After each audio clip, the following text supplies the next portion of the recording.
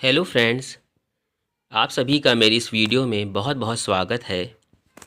शिक्षा तकनीकी के अंतर्गत मेरा आज का जो टॉपिक है उसका नाम है माइक्रो टीचिंग यानी सूक्ष्म शिक्षण। कक्षा शिक्षण में जाने से पहले छात्र अध्यापकों में विभिन्न प्रकार के कौशलों को विकसित करने के लिए ये माइक्रो टीचिंग की पाठ्य योजना का अभ्यास कराया जाता है। इससे छात्र अध्यापकों में आत्मविश्वास जागृत होता है और पूरी कक्षा को किस तरह कैसे संचालित करना है ये उनको जानकारी प्राप्त हो जाती है। तो सूक्ष्म शिक्षण क्या होता है, इसका इतिहास क्या है, इसका चक्र क्या है, क्या इसके लाभ है, क्या हानि है, आइए इसको बारी बारी से जानते हैं।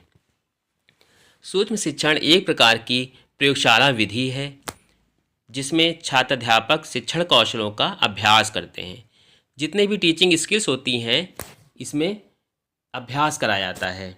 छोटे छोटे लेसन प्लान बनाए जाते हैं, माइक्रो लेसन प्लान, और जिनका छोटी सी एक कक्षा में कक्षा का रूप बनाकर अपने ही साथ के साथियों के साथ इसका अभ्यास कराया जाता है और एक एक कौशल का विकास होता है।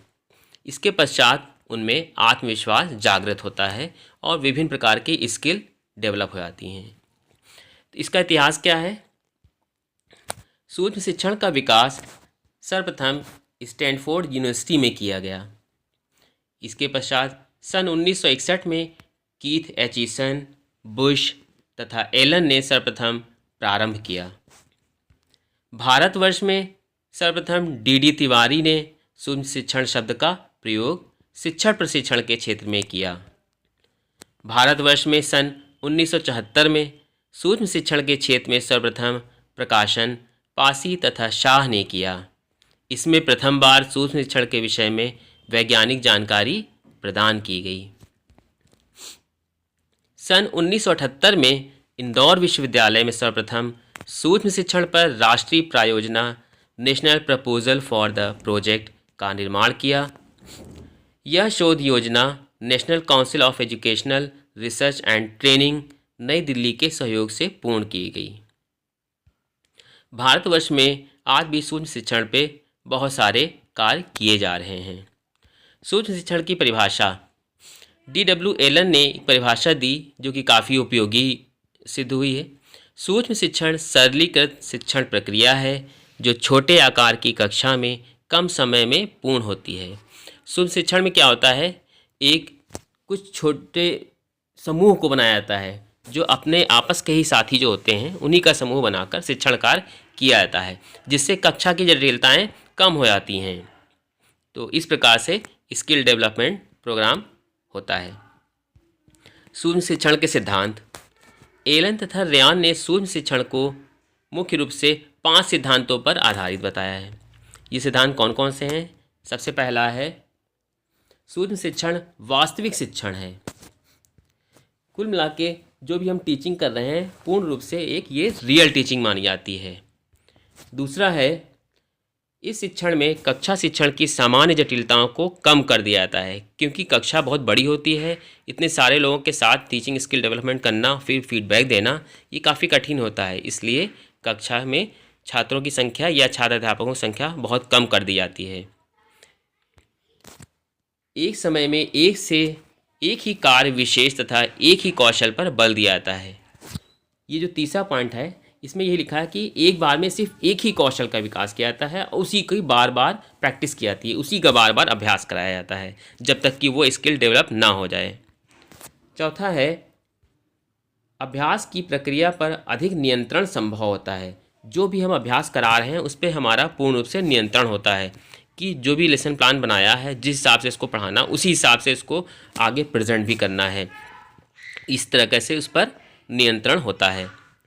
इसके पश्चात तुरंत फीडबैक, तुरंत प्रश्नपोषण दिया जाता है। जो भी आपने पढ़ाया, जो भी लेसन प्लान आप प्रस्तुत कर रहे हैं, माइक्रो लेसन प्लान, अपने साथी शिक्षक साथी जो शिक्षक बैठे हुए हैं पीछे, वो आपको तुरंत फीडबैक देते हैं कि आपने क्या पढ़ाया है, किस तरह से पढ़ाया है, क्या अच्छाई थी, क्या कमी थी।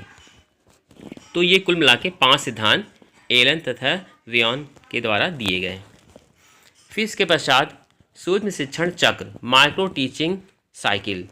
इसमें क्या होता है किस तरीके से हमको ये प्लान बनाना है, किस तरीके से आगे है ना इसको प्रेजेंट करना है, कैसे फीडबैक प्राप्त करना है, ये चीज़ में बताई गई है।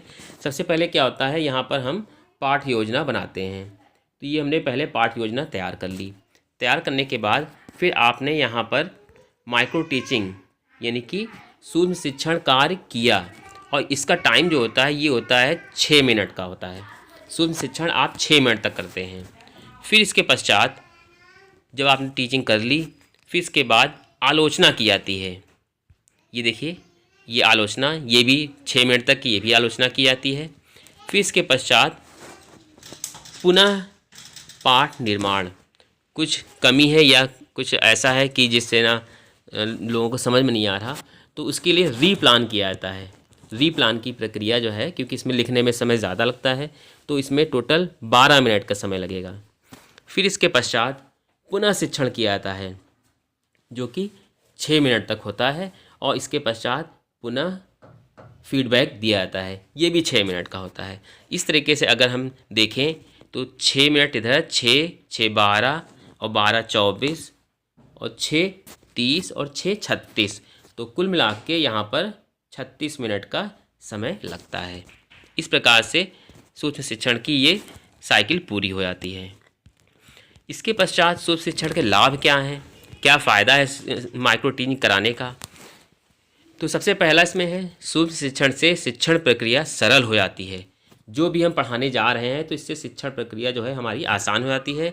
क्योंकि छात्र अध्यापकों में इतना आत्मविश्वास आ जाता है, इतना कॉन्फिडेंस आ जाता है कि वो पूरी शिक्षण को पूर्ण रूप से व्यवस्थित कर लेते हैं और अपने कंट्रोल में कर लेते हैं। किसी भी प्रकार की समस्या उनके सामने नहीं आ पाती है। फिर इसके पश्चात जो भी छात्र अध्यापक हैं उनमें जो भी कौशल विकसित होता है, वो उनके अंदर जो भी चीज़, जो भी उनके पास एनर्जी है, उसके अनुसार वो सीखते हैं। कुछ लोग जल्दी सीख जाते हैं, कुछ में बहुत ज़्यादा टाइम लगता है। तो अपनी योग्यता के अनुसार जो है वो शिक्षण कौशलों को अपने अंदर विकसित करते हैं। फिर इसके पश्चात इसके जो माइक्रो टीचिंग का जो अगला जो लाभ है वो है प्रतिपुष्टि, यानी कि जो भी आपने पढ़ाया इसमें जो है तुरंत पता चल जाता है कि क्या आपने अच्छा पढ़ाया, क्या बुरा पढ़ाया, तुरंत फीडबैक आपको प्राप्त हो जाता है। फिर इसके पश्चात छात्र अध्यापक का वस्तुनिष्ठ मूल्यांकन किया जाता है। माइक्रो टीचिंग में जो भी ना आपने पढ़ाया उसका पूर्ण रूप से ऑब्जेक्टिव इवैल्यूएशन होता है। ये नहीं कि आपने ना अपनी तरफ से जो भी देख रहे हैं पीछे अपनी तरफ से कुछ भी बोल दिया, ऐसा नहीं है। जो आप प्रेजेंट करेंगे उसी के आधार पे आपका मूल्यांकन होगा। फिर इसके पश्चात यह जो है माइक्रो टीचिंग कक्षा शिक्षण की जटिलताओं को कम करती है। फिर इसके पश्चात यह विधि छात्र अध्यापकों में आत्मविश्वास जागृत करती है। ये सबसे मुख्य बिंदु है कि माइक्रो टीचिंग की आवश्यकता इसीलिए है कि कक्षा में जाने से पहले बच्चों में इतना आत्मविश्वास पैदा कर दिया जाए, मतलब छात्र अध्यापकों में इतना आत्मविश्वास पैदा कर दिया जाए कि वो घबराएं ना, डरें ना, पूर्ण आत्मविश्वास के साथ वहाँ पे पढ़ाएं। इतनी अच्छाइयाँ होने के पश्चात इसकी कुछ सीमाएं भी हैं। क्या सीमाएं हैं, आइए देखते हैं। इसमें सबसे ज़्यादा इसको ऐसे देख सकते हैं कि ये कुल मिला के कुछ नियमों में एक तरीके से संकुचित होती है। तो इसमें ऐसा नहीं कि आप पढ़ाने के लिए खड़े हैं कुछ भी बोल के चले जाएंगे वहाँ पर। आपने जो लेसन प्लान बनाया है उसी के अनुसार आपको बोलना है। तो इसलिए एक तरीके से शिक्षक बंधा हुआ महसूस करता है। तो यह सीमा से ज़्यादा नियंत्रित तथा संकुचित शिक्षण की ओर ले जाती है। फिर इसके पश्चात यह शिक्षण को कक्षागत शिक्षण से दूर ले जाती है।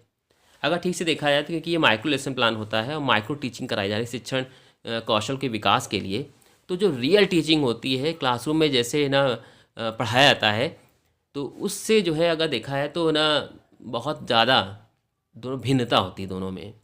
तो कुल मिला के ये कह सकते हैं कि कक्षागत शिक्षण से दूर ले जाती है। इसमें क्या होता है, एक बार में सिर्फ एक ही कौशल का विकास होता है। तो आपने एक बार पढ़ाया, एक कौशल का विकास कराया, फिर दूसरा कौशल विकसित हुआ, तीसरा कौशल विकसित हुआ, धीरे करके कई कौशल विकसित हुए। अब इन सारे कौशलों को जब क्लासरूम में एक साथ प्रेजेंट करने की बारी आती है तब दिक्कत होती है। तो इनको एकीकृत करने में बहुत कठिनाई आती है। तो ये इसकी सीमा हो गई। फिर इसके पश्चात इसमें समय बहुत लगता है। समय इसको ऐसे समझ सकते हैं कि आपने पहले लेसन प्लान बनाया, फिर पढ़ाया, फिर फीडबैक मिला, फिर आपने लेसन प्लान बनाया, कुछ भी कमी अगर आपकी होती है, फिर आपने पढ़ाया, फिर फीडबैक मिला, अगर जब तक कि इसमें पूर्ण रूप से आप सक्षम नहीं हो जाते हैं पढ़ाने में, तब तक कि ये जो है इसमें इसको पूर्ण नहीं माना जाता है। इसलिए कहा जा सकता है कि इसमें समय जो है बहुत अधिक लगता है।